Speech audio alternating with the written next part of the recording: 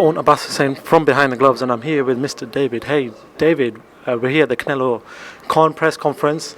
Let's talk a little bit about that fight. Khan's moved up to 155 pounds. He was initially 140 pounds, went to 147, 155. What do you make of the sort of the weight that he has to fight and fighting a big puncher like Canelo? I don't put too much emphasis on the weight difference, as I don't believe on fight night there will be that much difference. I've seen both guys up close and personal, and I don't think there's nothing in it personally.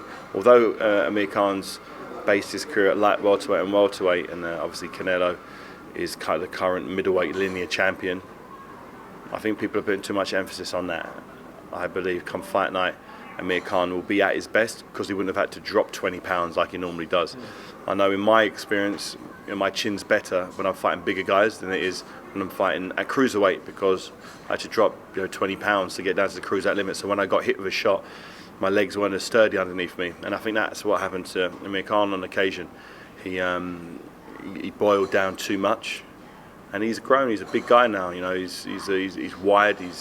He's a big man, and I think this could be his coming out party. This is the fight that's going to make him a living legend. I think this will be one of the biggest upsets in boxing history, and one of the best performances if he can somehow get a victory from a British fighter ever. With Amir Khan, obviously you associate speed with him. With him putting on these extra pounds, he's not putting on any weight. That's where you got it wrong. He's not putting on anything. He weighs right now 168 pounds now.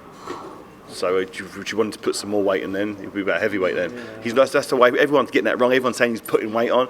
He's already way over the limit now that he wants to fight at middleweight. So that's where everyone's got it wrong. He's not putting on any weight. He's just not coming down that far. He's just coming. The same thing as Canelo's coming down to the weight. He's going to come down to the weight. But Canelo comes down to the super middleweight limit. He has to come all the way down to the welterweight limit.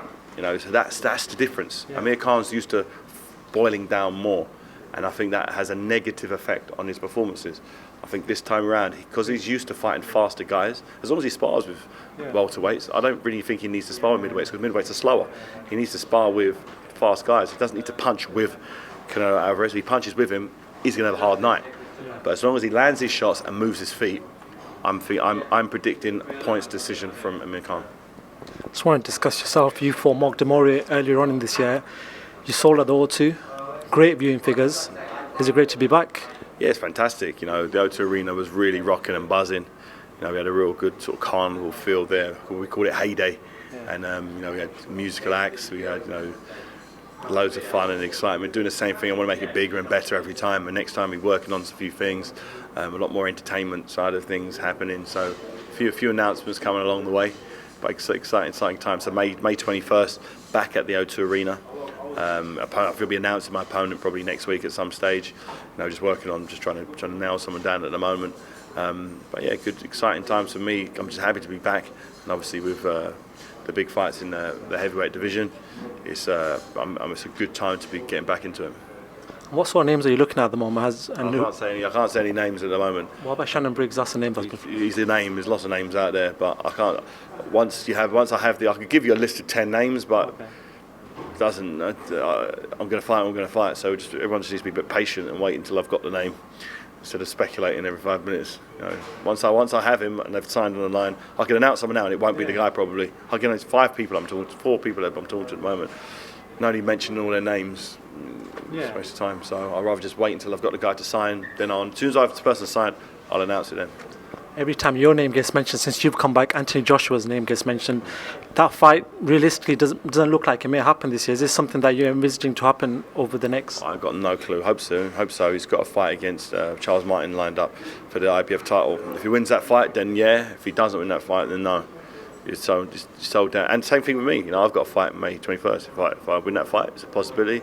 If I lose it, then it's no possibility at all. So we both need to win our next fights before we even talk about that fight. Finally, what do you make of the Martin and Joshua fight, and how do you see that going? Because Martin's relatively unknown in regards to how good he is, and he hasn't got much access. Yeah, they're both very unknown entities. Obviously, Joshua, we've seen him over here in the UK. He's only really had one fight where his opponents actually tried to win, and he won that impressively in 8 rounds. Charles Martin's definitely going to come to win, and you know, both unknown, lots of question marks regarding both of them. But I think you got an edge towards Anthony Joshua, as he's got 100% knockout ratio. He seems the more athletic of the two, and he's in his home backyard as well in London, be at the O2 Arena. So he's got everything he needs in his favour to get the victory. So, but it's a tough 50-50 fight. You know, it's still so many unknowns, so many different potential ways this fight can go. But I've got my fingers crossed, and I'm hoping for an early knockout. David, thank you very much for talking to Behind the Gloves. Hey, fight fans, if you guys haven't already done so, make sure you download the Behind the Gloves app. It's free, and it features really cool stuff like a fight calendar that reminds you of all the upcoming fights, and it allows for you to, with one click, to remind yourself directly to your phone. And it also features 24/7 breaking news that's going on in boxing. So make sure you guys go ahead and do that and subscribe to this channel.